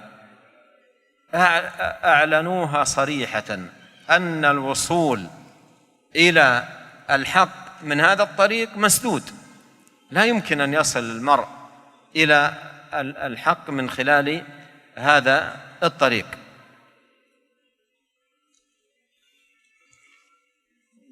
Para hadirin dan hadirat yang dirahmati oleh Allah Subhanahu wa taala, kalau kita perhatikan ya terhadap kondisi masyarakat sejak dahulu maupun sekarang, ya, kita lihat banyak di antara mereka yang menjauhi kebenaran, terjauhkan dari al-haq dengan berbagai macam penyimpangan mereka. Setelah kita lihat dan kita teliti, ternyata kita dapati di balik penyimpangan mereka, di balik kesesatan mereka adalah salah dalam mengambil sumber. Salah dalam mengambil sumber akidah maupun ibadah. Ternyata di balik penyimpangan mereka ada sumber-sumber yang mereka jadikan pegangan untuk berakidah maupun beribadah. Oleh karenanya, pada kesempatan kali ini beliau akan menyebutkan tentang beberapa penyimpangan-penyimpangan ya secara singkat yang ternyata di balik penyimpangan tersebut ya adalah karena sumber-sumber yang tidak jelas. Oleh karena seorang harus berhati-hati. Jangan sampai dia memilih sumber yang salah dalam berakidah, berkeyakinan dalam beribadah. Contohnya kata beliau, ya, sebagian orang tatkala hendak berdalil untuk menyebutkan keyakinannya, akidahnya atau ibadahnya, maka dia berdalil dengan apa? Bukan dengan Al-Quran dan Sunnah, tapi berdalil dengan kisah-kisah, dengan hikayat-hikayat, atau dengan khobar-khobar yang lemah, atau dengan kisah-kisah Israiliyat. Ini bicara tentang akidah, bicara tentang ibadah, dalilnya apa? Kisah begini, kisah anu, hikayat ini, hikayat anu, ada hadis-hadis yang lemah, ada kisah-kisah Israiliyat. Ya. Maka apakah kita bisa mengenal agama Allah dengan kisah-kisah tersebut? Kita tinggalkan Al-Quran dan Sunnah, kemudian kita berdalil tentang akidah dengan kisah-kisah, dengan kabar-kabar yang tidak jelas. Ini ada model manusia seperti ini. Sesat karena berdalil dengan kisah-kisah. Ada model yang lain, tatkala dia berbicara tentang akidah, tentang ibadat, ya, maka dalilnya apa? Pengalaman, tajribah. Kata dia, ini sudah saya coba, saya begini-begini, saya keyakinan begini, baca begini-gini, sudah terbukti. Atau ini sudah terbukti, bukan saya yang coba, tapi ada orang yang coba. Atau dia bilang, guru-guru kami sudah pernah mencobanya. Kau? Saya belum, tapi guru-guru kami sudah apa? Mencobanya. Jadi akidahnya diambil dari percobaan. Ibadahnya diambil dari apa? Percobaan. Ya. Ini berbahaya para hadirin hadirat yang dirahmati oleh Allah Subhanahu Wa Taala. Coba kalau akidah kita diambil dari percobaan. Saya punya percobaan. Saya bilang percobaan saya bagus. Kalau kita berkeyakinan begini, beribadah begini, beramal begini, nanti begini-begini. Datang orang lain. Saya punya lebih bagus lagi. Saya sudah coba lebih bagus daripada itu. Terus bagaimana? Apa kita mengenal agama Allah dari percobaan? Apakah Allah membiarkan kita mengambil agamanya dengan percobaan? Kemudian ada juga model yang lain. Ada orang yang berakidah dengan perasaan. Dengan apa? Perasaan. Dia mengatakan, saya punya keyakinan begini, maka saya pun tenteram. Saya merasakan kenikmatan. Saya merasakan apa? Kelezatan. Dia tinggalkan Al-Quran dan Sunnah. Dia ikuti perasaan dia. Dia ikuti ya apa yang dia rasakan dalam dadanya. Ya. Nah, apakah agama Allah diambil dengan perasaan manusia? Ya. Ya, perasaanmu enak, perasaan yang tidak enak. Terus gimana? Ya, mana yang jadikan patokan? Perasaan siapa? Masa akidah diambil dari perasaan? Ini model yang lain. Ada model berikutnya lagi. Sebagian orang berdalil untuk akidahnya atau ibadahnya dengan hadis-hadis yang palsu. Sebutkan hadisnya begini. Dari Nabi SAW bersabda. Ternyata dicek hadisnya adalah hadis-hadis yang palsu. Dan kita dapati telah muncul banyak orang yang sengaja membuat hadis palsu. Membuat sanad palsu dia pasangkan dalam hadis Nabi SAW. Kenapa? Untuk mendukung keyakinannya, untuk melariskan akidahnya yang sesat. Kemudian dia pun membuat hadis palsu dengan pasangkan hadis-hadis yang palsu. Apakah agama diambil dari hadis-hadis yang palsu? Tentunya tidak. Kemudian ada sebagian orang lagi yang modelnya lain lagi. Dia berdalil untuk memunculkan akidahnya. Dia berdalil dengan akalnya, Dia merasa akalnya sebagai patokan. Dia kagum dengan akalnya. Maka dia bilang akal saya menunjukkan demikian. Jadi sumber akidahnya adalah akalnya. Taib. Kalau kita setuju dengan orang-orang seperti ini, bahwasanya sumber akidah boleh dari akal, timbul pertanyaan yang sangat besar. Kalau kita boleh mengambil akidah dari akal manusia, terus akalnya siapa yang mau dijadikan patokan? Akal saya apa akal ente? Akalnya siapa? Dan ukul katsirah, dan akal banyak sekali. Akalnya orang Bugis apa akalnya orang Jawa? Banyak sekali. Akal banyak sekali. Akalnya siapa mau dijadikan patokan? Ya. Oleh karenanya dahulu para ulama ya mengatakan tentang bahayanya mengikuti hawa nafsu, ya. Kata mereka, "Lau kanatil ahwa'u hawan wahidan." Kalau seandainya hawa nafsu itu cuma satu hawa nafsu, maka dikatakan bahwasanya kebenaran berada pada hawa nafsu. Yang jadi masalah hawa nafsu itu bermacam-macam. Nafsu ini lain dengan nafsu yang lain. Nafsu ini lain, si fulan dengan lain yang lain berbeda. Sama kita katakan tentang akal. Seandainya laukanatil aklan wahidan, seandainya akal ini semua manusia akalnya cuma satu model saja, enggak apa-apa kita ambil akidah dari akal tersebut. Ternyata akal itu sangat banyak modelnya. Sangat beraneka ragam modelnya. Bahkan kita dapati satu orang saja bisa berubah-ubah akalnya. Ada orang satu, dia meneliti, kemudian dia dapati, oh ini yang benar teori ini. Tidak lama kemudian dia rubah teorinya. Terjadi atau tidak? Banyak terjadi seperti itu. Dia sendiri saja tidak percaya dengan akalnya sebelumnya. Timbul akal yang baru. Nah, kalau satu orang akalnya saja bisa banyak, apalagi banyak orang. Oleh karenanya, orang yang pernah tenggelam dalam mengambil akidah dengan model akal, maka orang-orang tersebut sebagian orang mengakui bahwasanya meraih kebenaran melalui jalan akal itu adalah jalan yang buntu. Adalah jalan apa? Yang buntu. Karena tiada kesudahannya. من الناس من يجعل مصدره في هذا الباب الكلام والجدل والخصومات، وقد قال السلف رحمهم الله قديما: من جعل دينه عرضة للخصومات أكثر التنقل. أي الذي يبني دينه على الجدل والكلام تجده يتنقل من قول إلى قول، ومن رأي إلى رأي، ومن فكر إلى فكر، لا يقر له قرار. ولهذا الإمام مالك رحمه الله تعالى قال: أو كلما جاءنا رجل أجدل من رجل، يعني أقوى جدلا من الآخر، تركنا الكتاب والسنة لجدله؟ أو كلما جاءنا رجل أجدل من رجل تركنا الكتاب والسنة لجدله؟ مرة جاء إليه رجل إلى الإمام مالك وقال: أريد أن أتناظر معك. فقال له مالك رحمه الله: فإن غلبتني؟ قال: تتبعني. قال: فإن غلبتك؟ قال: اتبعك. قال: فإن جاء شخص ثالث غلبنا؟ قال: نتبعه. قال: يا هذا دين الله ليس لمن غلب. الدين ليس لمن غلب. الدين ليس خصومات وجدل والذي يسكت الآخر هو صاحب الحق. ليس هذا الدين. الدين كتاب الله وسنة رسوله عليه الصلاة والسلام. قد يختصم اثنان في الانتصار لقول معين ويكون كلاهما بعيد عن الحق، ويسكت أحدهما الآخر وكلاهما أصلا بعيد عن الحق. فالدين ليس لمن غلب. الدين قال الله قال رسوله صلى الله عليه وسلم. Model berikutnya, kata beliau, ada sebagian orang yang menjadikan sumber akidahnya adalah perdebatan, jidal, debat, ya, dijadikan sebagai sumber akidah. Oleh karenanya sebagian salaf dahulu pernah berkata, ya, man ja'ala dinahu raudhatan lil khusumat aktsara tanaqul. Barang siapa yang menjadikan agamanya adalah tempat untuk perdebatan, ya, tempat untuk debat-debatan, maka dia akan sering berpindah-pindah. Sering akan berubah. Artinya apa?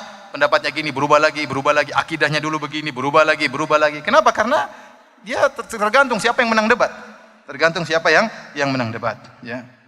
Dia akan berpindah dari satu pendapat ke pendapat yang lain. Tidak ada kekokohan dalam akidahnya. Tidak ada ketetapan dalam akidahnya. Oleh karenanya Imam Malik pernah berkata dengan perkataan yang indah, "Awa kullama ja'ana rajulun ajdalul min rajulin, taraknal kitaba wa sunnah li jadalihi." Kata Imam Malik rahimahullah, apakah setiap ada orang datang lebih jago berdebat daripada kita, kemudian kita tinggalkan Al-Quran dan Sunnah gara-gara dia jago berdebat? Kalau agama, sumber agama adalah perdebatan, maka yang semakin paling jago debat itu yang benar. Datang seorang kepada Imam Malik, berkata, "Wahai Imam Malik, saya ingin debat dengan engkau." Lihat cerdasnya Imam Malik. "Saya ingin debat dengan engkau masalah agama." Apa kata Imam Malik? "Fa in ghalabtani?" Kalau kau yang menang debatnya, kata dia, "Ittabi'ni." Kalau gitu kau ikut saya, wahai Imam Malik. Baik. Kalau kau yang menang, berarti Imam Malik ikut dia.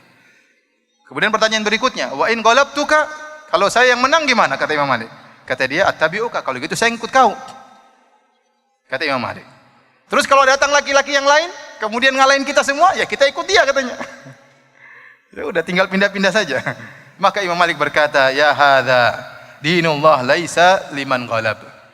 Wahai fulan, agama Allah itu bukan milik orang yang paling menang berdebat. Ya. Agama Allah adalah dengan Al-Quran dan Sunnah Nabi Sallallahu Alaihi Wasallam. Bahkan kita dapati ada dua orang saling berdebat, masing-masing punya pendapat, debatan. Ya. Ternyata yang satu menang. Ternyata dua-duanya keliru, yang benar tempat lain, pendapat yang lain yang benar. Sudah capek berdebat, saling membela sama-sama apa? Keliru. Ini terjadi seperti ini. Ya. Saling berdebat mati-matian, ternyata dua-duanya pendapatnya apa? Keliru. Jadi agama bukan dengan perdebatan tapi dengan Al-Quran dan Sunnah Nabi Sallallahu Alaihi Wasallam. من الناس من إذا أراد أن يستدل بالمنام والرؤى. لماذا تعمل كذا؟ يقول رأيت في المنام، أو يقول رأى شيوخنا في المنام. وهل كان المنام مصدرا للاستدلال؟ وكم تضيع أديان الناس وعقائدهم إذا كان أعمالهم تبنى على المنامات، وتصبح الدعاوى الفجة العريضة تكثر بين الناس، فتجد فيهم العقائد المختلفة والأعمال المنكرة، وكل يبني على المنام الذي يراه، سواء كان مدعا أو كان ما رآه في منامه من الشيطان أو غير ذلك.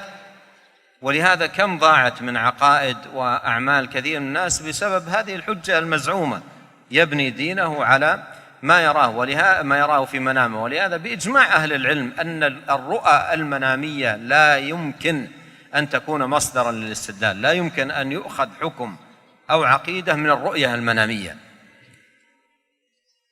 Beliau menjelaskan lagi, ada model manusia yang lain yang berdalil dengan kesalahan dalam mengambil akidah, yaitu sebagian orang berdalil dengan mimpi, ya. Dia mimpi, melihat sesuatu dalam mimpinya, kemudian dia bertindak, dia berakidah, dia melakukan amalan. Waktu ditanya, kenapa kau berbuat demikian? Ini ibadah dari mana datangnya? Kata dia, saya lihat dalam mimpi. Atau dia mengatakan, saya lihat guru saya, syekh saya ngajarin saya seperti ini. Ya. Oleh karenanya, kalau kita mengikuti akidah, mengambil akidah atau ibadah dari mimpi-mimpi, maka akan banyak rusak amalan, hilang agama-agama orang. Kenapa? Karena berdasarkan mimpi. Oh, mimpi ini berbeda dengan mimpi yang lain dan seterusnya. Timbul pengakuan-pengakuan, propaganda-propaganda, ibadah ini, ibadah anu, akidah ini, akidah anu. Ternyata sumbernya adalah apa? Adalah mimpi. Ya, maka timbullah bermacam-macam akidah, timbullah bermacam-macam amalan yang berasal dari mimpi. Oleh karenanya, beliau mengatakan para ulama telah ijma ulama, tidak ada khilaf dalam ulama. Kalau kita katakan ijma, konsensus, berarti tidak ada ulama yang khilaf. Bahwasanya mimpi tidak boleh dijadikan masdar hukum. Mimpi tidak boleh dijadikan sumber hukum. Seorang tidak boleh kemudian mengambil hukum dengan melihat apa? Dari mimpinya. Ini kesepakatan para ulama.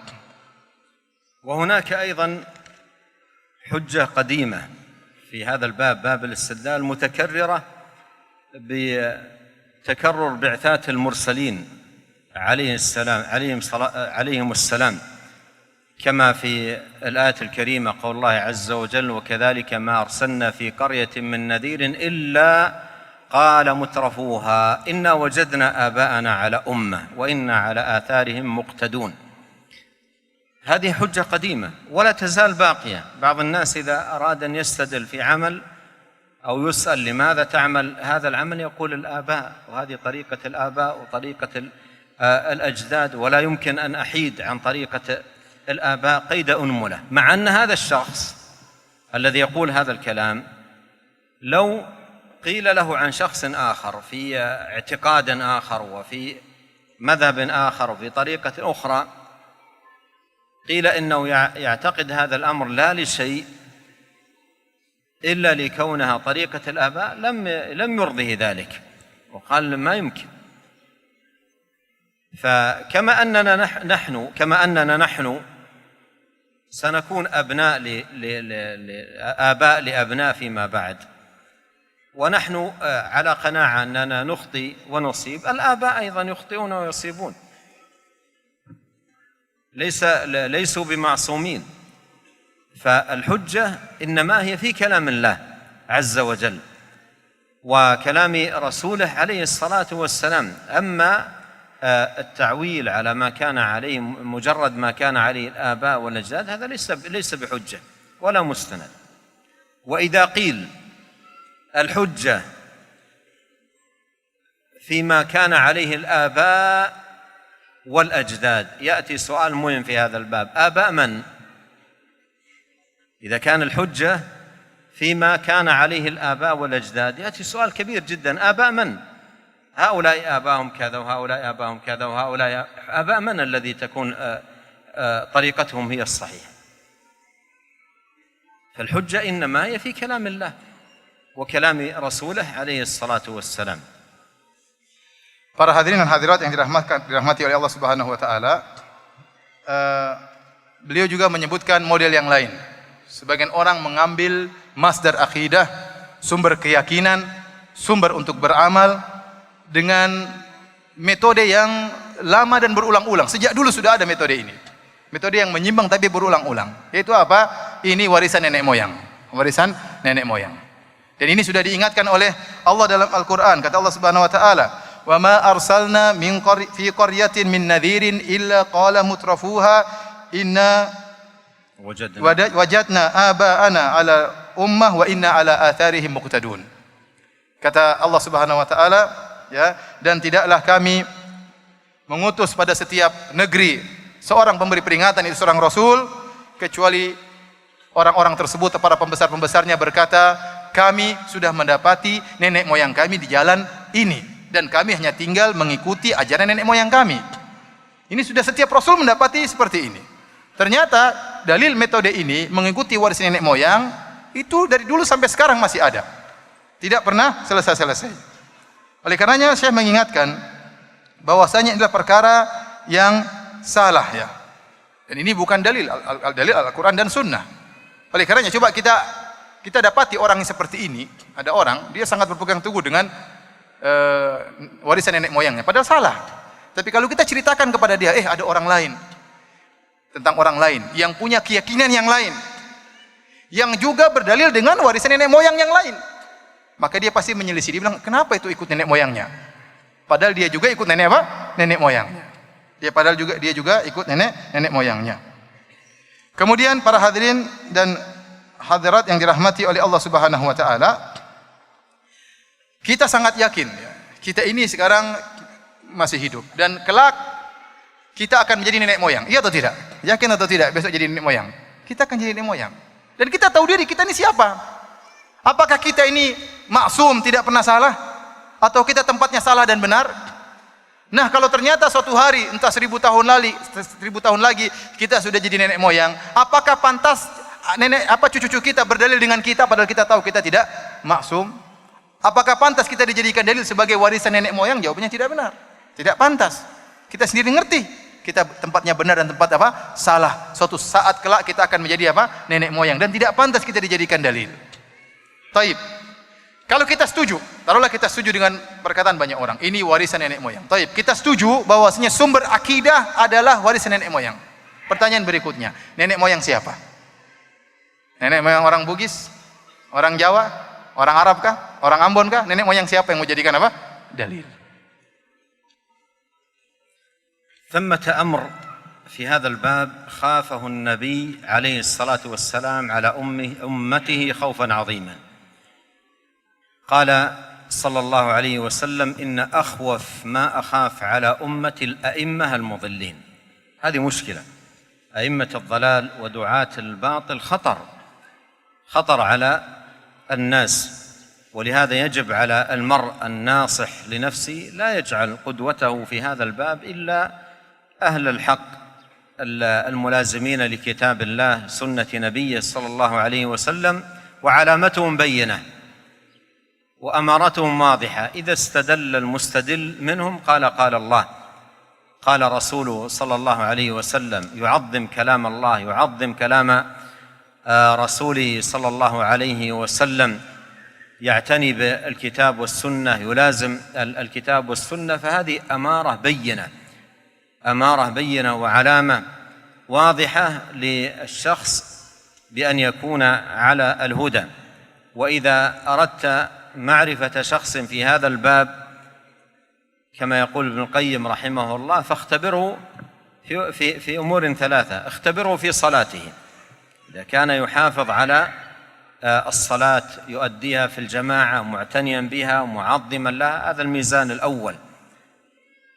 والأمر الثاني اختبره في اتباعه للسنة وهدي النبي الكريم عليه الصلاة والسلام وملازمته لطريقة النبي صلوات الله وسلامه عليه.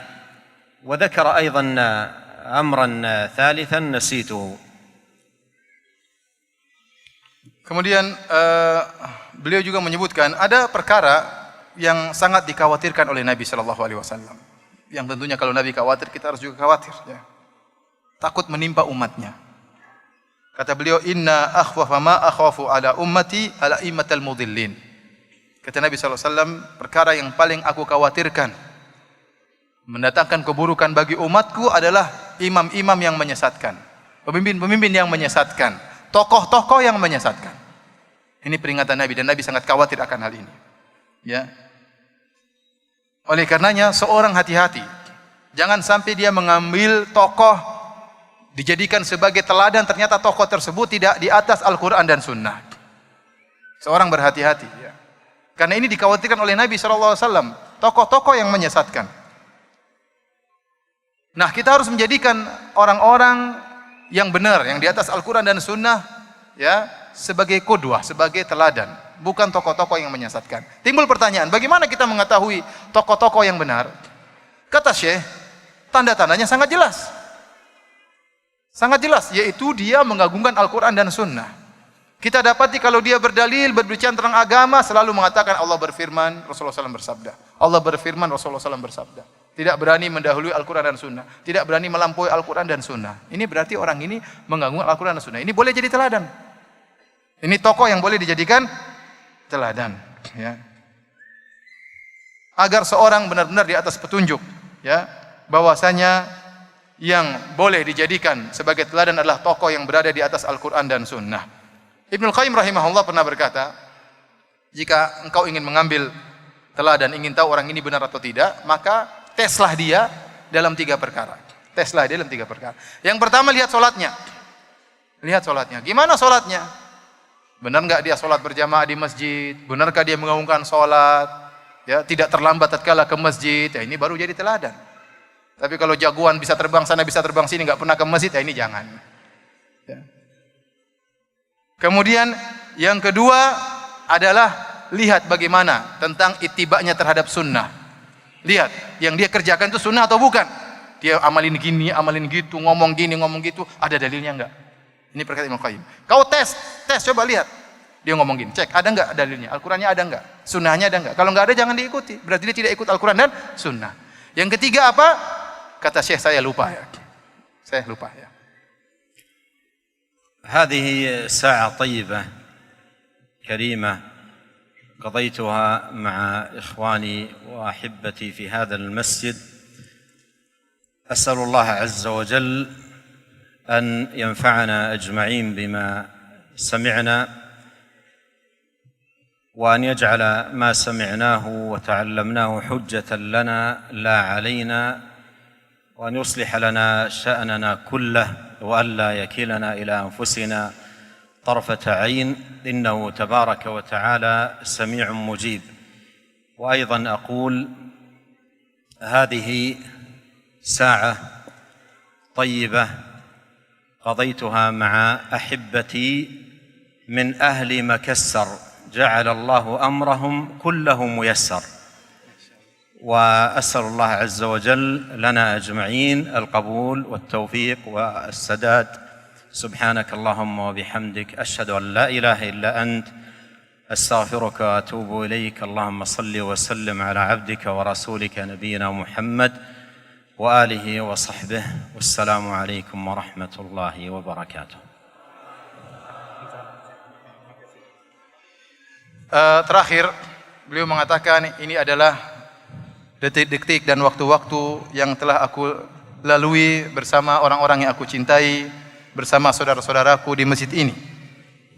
Aku berdoa kepada Allah Subhanahu wa taala semoga ya Allah menjadikan apa yang kita dengar bermanfaat bagi kita. Dan semoga Allah menjadikan apa yang telah kita ilmui sebagai hujah pembela kita di akhirat kelak, bukan bumerang yang akan melawan kita. Dan semoga Allah Subhanahu wa taala meluruskan dan perbaiki segala urusan kita. Kemudian kedua kali beliau berkata, ini adalah saat-saat yang indah yang aku lewati bersama penduduk kota Makassar. Semoga Allah menjadikan perkara mereka muyassar. Muyassar artinya semoga mudah, ya. Dan semoga Allah Subhanahu wa taala menerima amalan ibadah kita. Demikianlah para hadirin dan hadirat yang dirahmati oleh Subhanahu wa taala, kajian yang bisa kita sampaikan pada kesempatan kali ini karena kita harus segera beranjak ke tempat yang lain lagi, waktu tidak terburu. Demikian saja, kurang lebihnya saya mohon maaf. Kita tutup dengan kafaratul majlis. Subhanakallah bihamdik, asyhadu an la ilaha illa anta, astaghfiruka wa atubu ilaik. Assalamualaikum warahmatullahi wabarakatuh.